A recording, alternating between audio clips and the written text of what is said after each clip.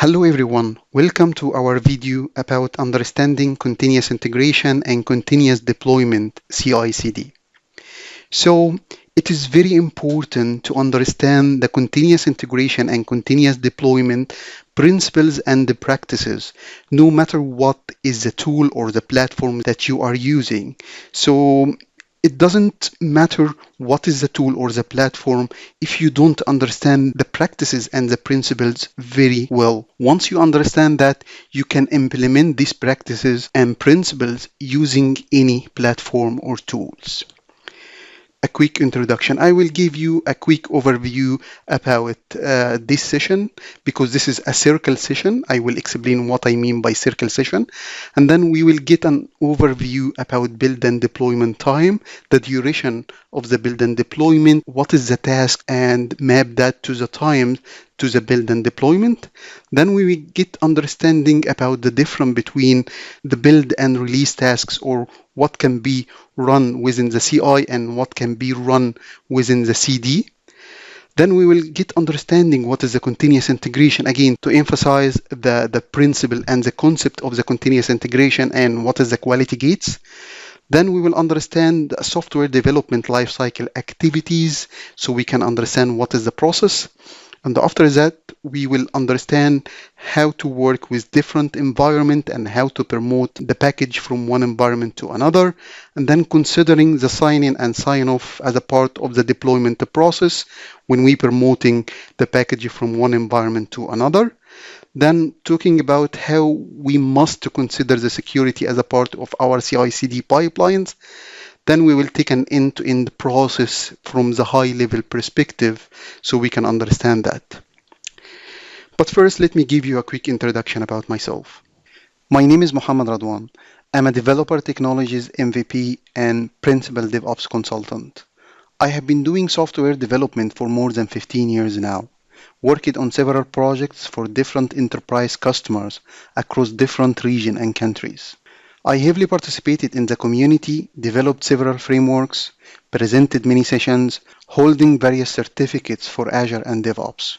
I started back in 2002 as a classic ASP developer, relocated multiple times in multiple countries, worked with several technologies and for different roles and positions. And for the last 8 years, I moved to consultancy-based role where I focused more on helping different companies, some of them from the Fortune 500, to improve their software development and delivery using DevOps and automation. I have developed and authored several frameworks, command line tools, and guides. You can find them on GitHub and Azure DevOps Marketplace. I like to share my experience. This is why I have a YouTube channel and blog where they have hundreds of videos and posts that share different topics from my real experience. I have presented many sessions in several user group conferences, events, and customer site as well in different countries. So I got the chance and the opportunity to work in different culture, project size, and company size as well, which helped me to have different experience. Here are some links for my activities. Introduction. So the main idea here, I want to explain that this session is a circle session. What I mean by circle session, so this is the table of content for this video. What I mean here that it is very important, once you complete the video, you just need to watch it again because there is interdependent between the concept, and this is why it was very difficult for me to start with which part. I could start by the last part or the first part. This is why I would recommend you can start from any part of this video and then continue to watch the video again so you can connect the dots together. Okay, build and deployment time. We just need to understand the duration of the build and deployment so we can divide this duration. It's either could be seconds or minutes or hours or even days. With the nightly build, it could be even take more. If, for example, if we run the build which take more than 24 hours, it means that this will take duration in days. So the duration can be divided into 3 sections.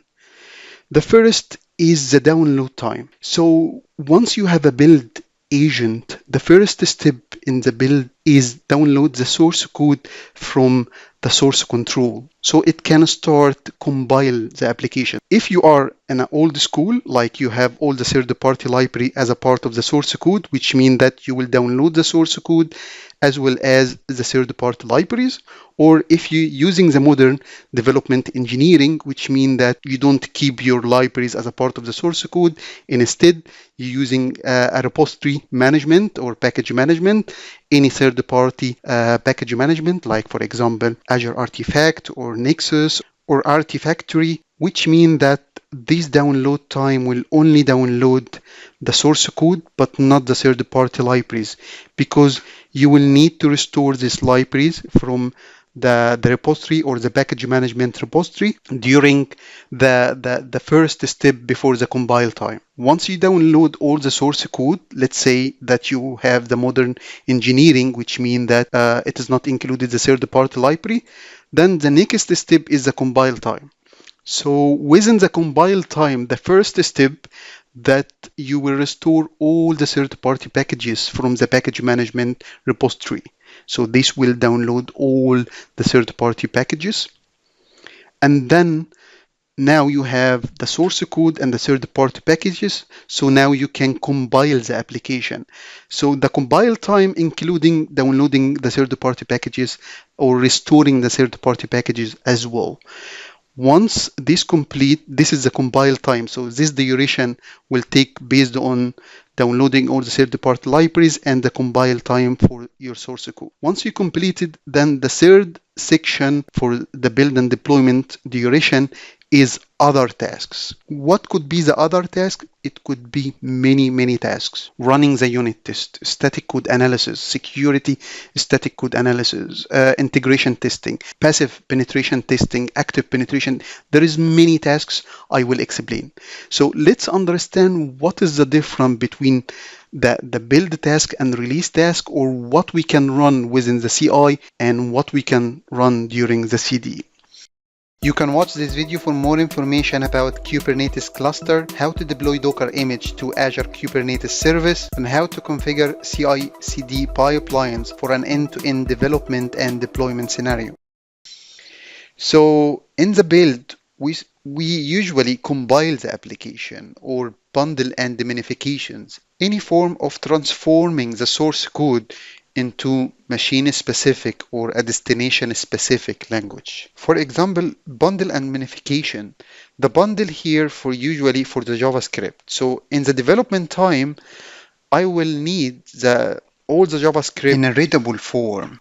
If I have 100 JavaScript where I can edit them as a developer, I don't need to distribute them to the server as a 20 file.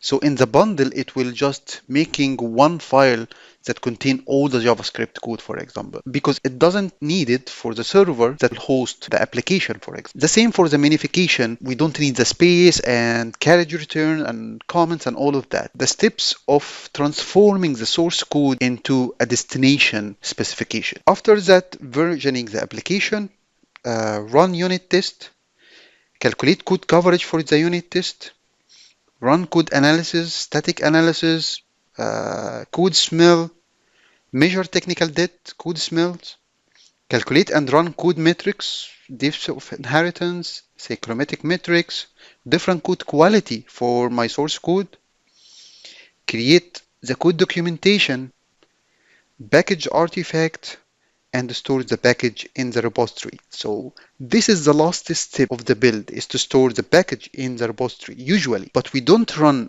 acceptance test. We don't provision environment as a part of the build. If we go for the release tasks or the release pipeline, the first is spin and provision new environment. Configure the environment for the desired state, because we would like to have this configuration like enable IIS, enable ASP.NET, or maybe installing some component using the Chocolate framework, for example.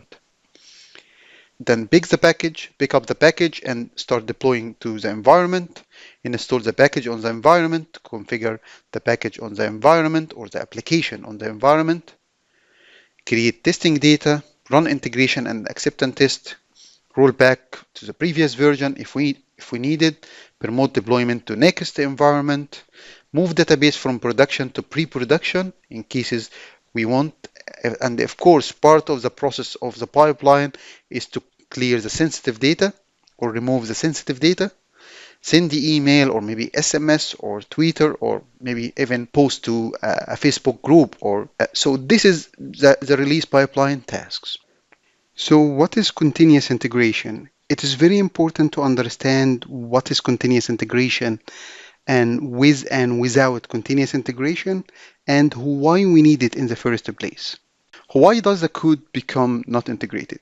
So if we have many developers working on the same code base, this is probably will have not integrated. But first, let's understand what does it mean by the code is not integrated. The first is, which is the minimum of the code is integrated, means that no compile time error. The second one, which is an optional, we usually calling that quality gates, that no unit test fail. So all test cases are passed. The third one, code coverage for unit test exceeds certain percentage. So for example, we identify that code coverage should be not less than 60%. Also, we can have that there is no violation for code quality, like maintainability, security, naming convention, portability, and many. All of that identifying the integration of the code. And it's vary from company to other based on how you would like to keep your source code is integrated. And to understand more about that, let's see what is the case if we have a build without continuous integration. So let's say that we have our developers and we agree that before we commit any code in the source control, first we need to run all the code. First, we need to run all the unit tests and all tests must pass. The second, that code coverage must be greater than 60%. And the third task, that code quality all method must has lines of code less than 10 lines. So this is my specification or my requirements for the code to be integrated. You can watch this video for more information about gateways animation. You will see different animated commands like branch, merge, rebase, cherry pick, and many others. So if safe is a developer that writing the code and he commit his code, and safe should run the tasks as I explained. The same for Laura. When she completed the code and she want to commit and she should also run that.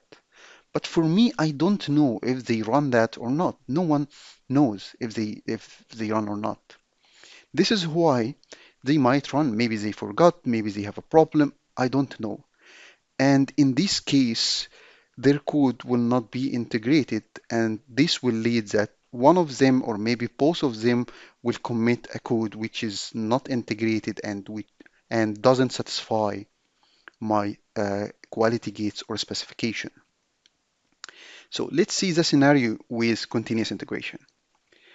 When I have a continuous integration, if Sif is a developer and he wants to commit his code, once he tries to do that, this will not commit the code, but instead it will trigger a build server, which will run all the tasks, run the unit tests, the code coverage, the code quality, and review them and make sure that they passed. If they passed, then the code will be committed. If they don't, then the build will fail and it will prevent the code from committing to the source code. The same will happen with Lara if she wants to commit the code. Trigger the build run, and run all the specification and the verification, the checklist, and pass. This will commit. If it's fail, it will prevent the code. This is why if any one of them or both of them run or not, I don't care, because at the end, my source code is guarded by the build server. The build server working as a safeguard for the repository or for the source code, and my source code always integrated according to my specification about the code. So let's have a quick overview about continuous deployment.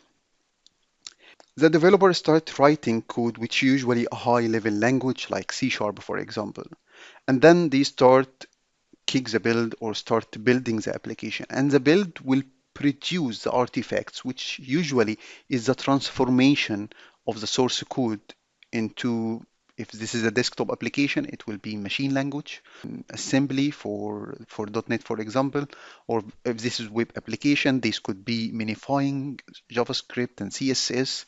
Sometimes it could be bundling JavaScript.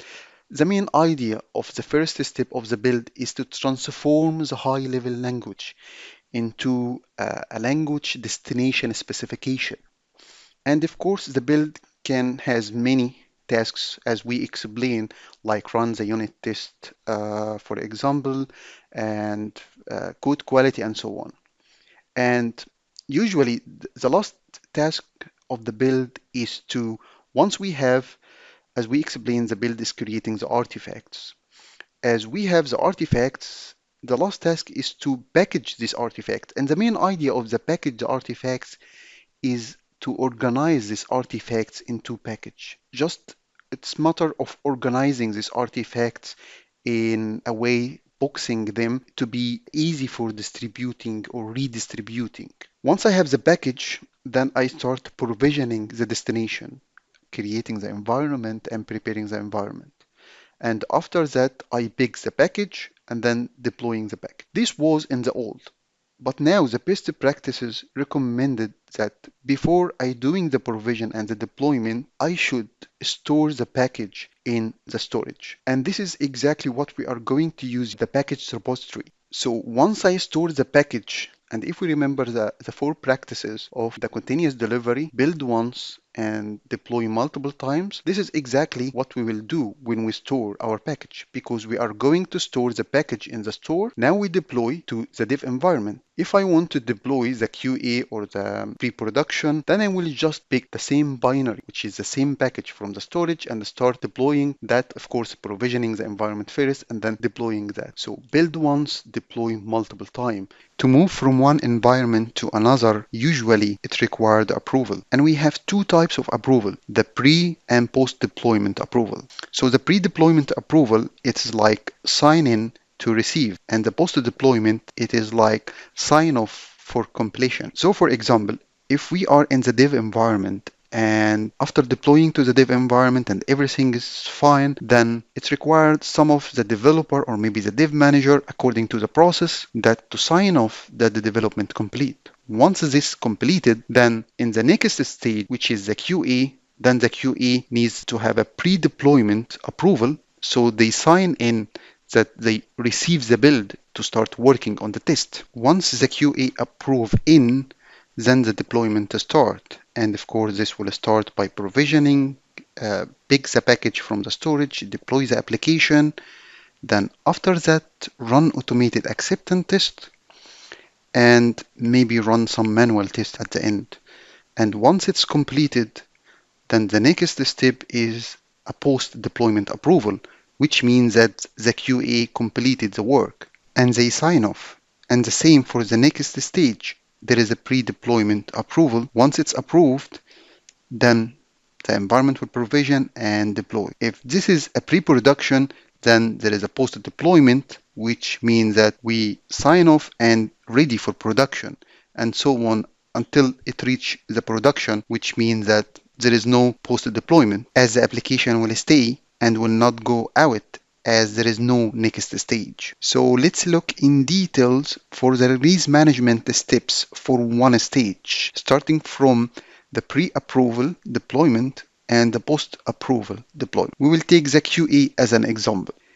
The stages start by that the QA receiving the notification for approving that the development completed and they are ready to approve so the deployment can start. Once the QA approve, then the deployment start. And the first step is to provisioning the environment. This part of the infrastructure as a code. So usually the deployment or release management picks the source code for the infrastructure from the source control and start creating the environment or provisioning the environment based on the infrastructure instructions which exist in the code. Once the environment is completed, then the next step is pick the configuration as code and start configuring the environment. And this is the post configuration. For example, if provisioning the environment is a virtual machine which has Windows server, and then configuring the environment is enable IIS Windows feature or maybe enable ASP.NET on, or maybe open port on the machine. So a post configuration is needed for the environment, but we need to provision the environment first. Once this happens, the release management to start pick up the application from the repository, from the storage, then start distribute or installing that on the environment. Once it's completed, then the post configuration for the application. Maybe we need to create some data, lookups data, all this kind that needed for the application.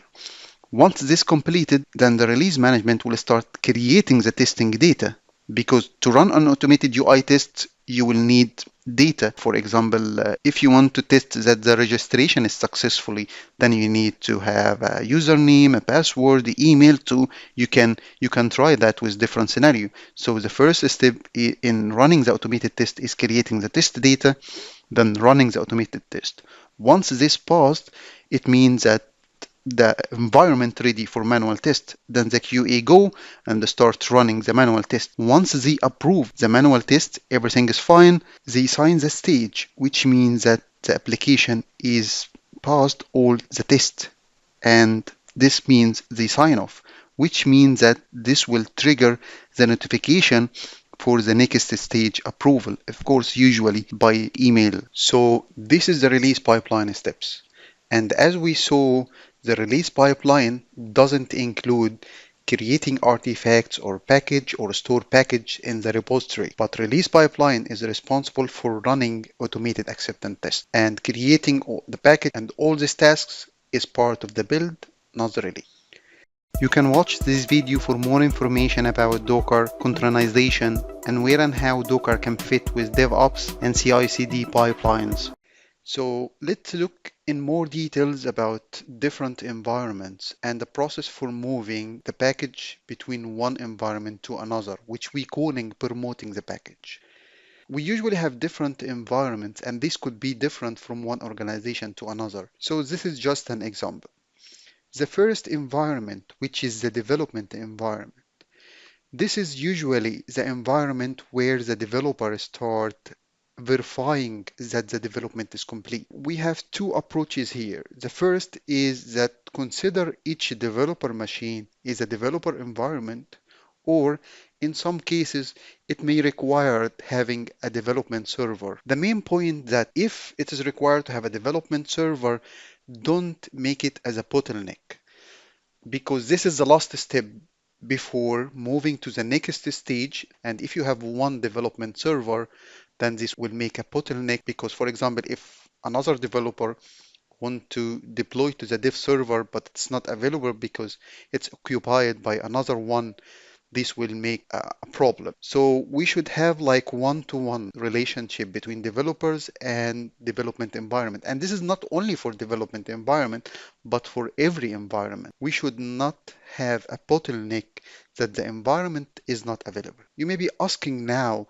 how we can have many environment. If you remember, we agreed that we provision the environment on the fly, and once we complete it, we can tear down. So once the development is complete, then the approver here is the developer. The developer sign off that he complete the development. Once he did that, then the package is deployed to the testing environment. And this will be for what we call the feature test. This testing environment is very important, and the feature test process is very important, especially if you don't implement feature flag. Feature flag is another topic. We will talk about it in another videos, but for now, just remember it is very important to have separate and isolated environment for feature test before we merging the code. Once the QA approve that the feature is completed and it's working fine, then we'll deploy the package to the QA environment. In the QA environment, this will be incrementing this feature with other completed feature, so the QA team can work as an end-to-end.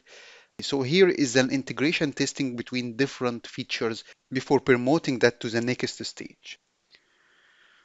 Once this completed and the QA approved, this will lead to promoting the package to the next environment, which usually is the pre-production.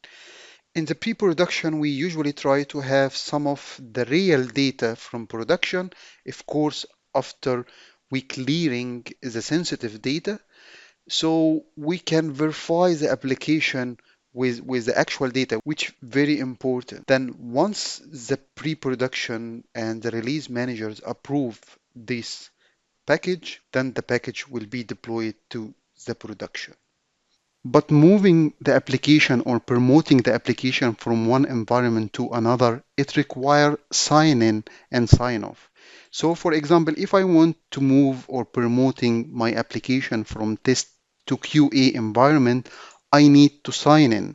And this is usually by the approvers, which is in our case, the QA team.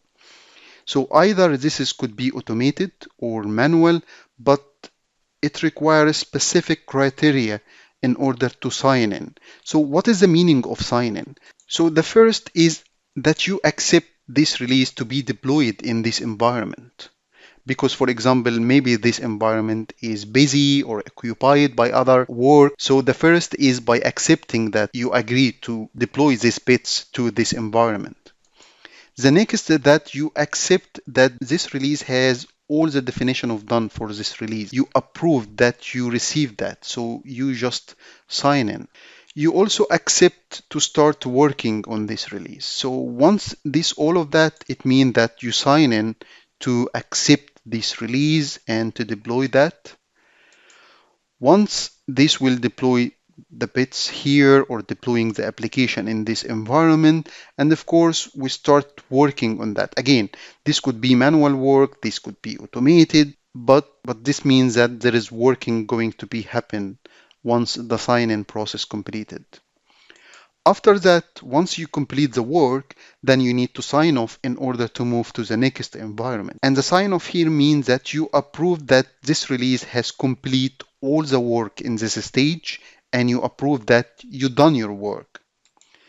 You also approve maybe at a part of this that the next stage is secure. And this is our scenario in this case, that we will put part of the sign off that we will check for security for the next environment. So once this approved, then the sign off will be completed, and this means that the deployment will be promoted to the next environment.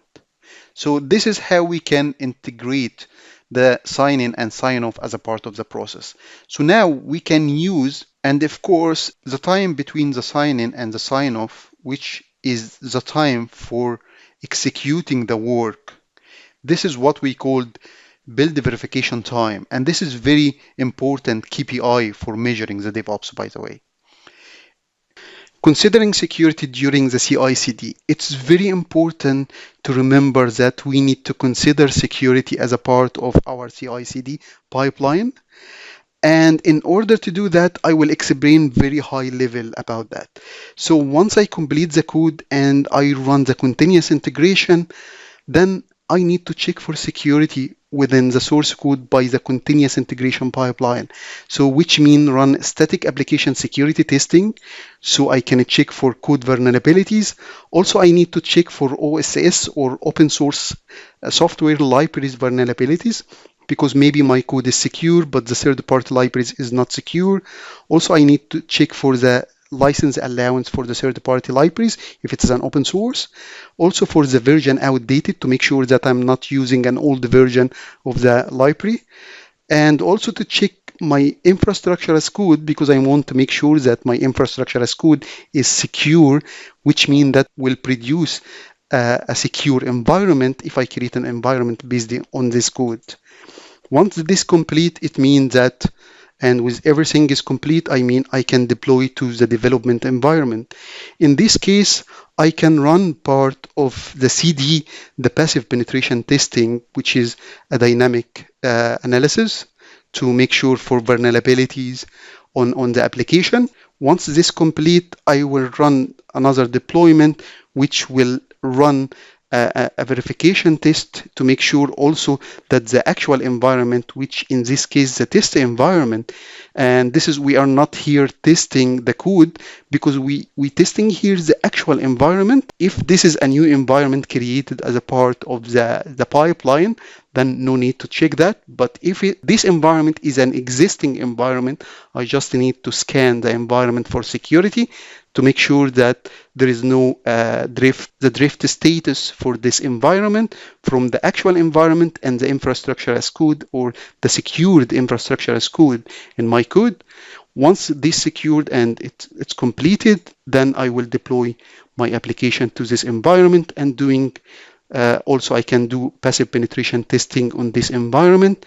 And then once this complete, I will do the same with production environment. Also, I can run part of the nightly build is active penetration testing, which takes time. This is why we don't run that as a part of the CI, but we run that as a nightly build as a part of our security practices. So this is an overview again with a high overview about security. But of course, I have another video which talk in details about the security practices and principles as a part of the CICD or even during the development.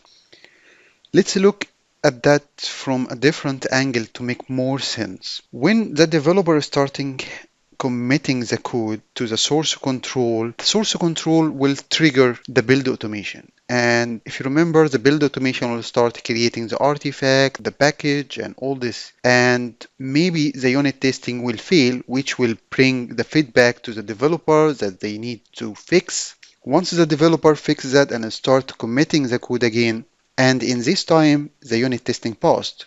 All my quality gates passed, which will trigger creating the artifacts, packaging the artifact, and store the package in the repository. Once this happens, this will trigger the deployment.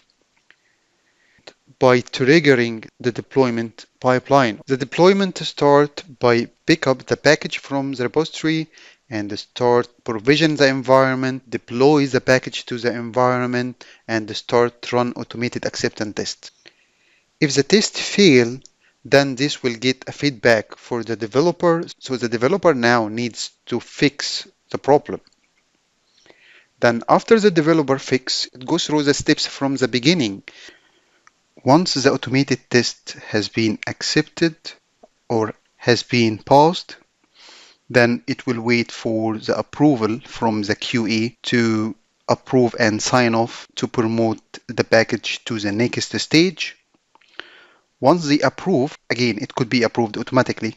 Once they approve, it will promote the package to the user acceptance testing environment, and it will wait again for the approval to be deployed to production. Once this happens, here is the gate for the approval. This will deploy the package to the production. At the end, I would like to thank you for watching the video. Please, if you have any question or comment, don't hesitate to reach out. You can find more information on my blog, which will appear at the end of the video, along with some other related video. Thank you.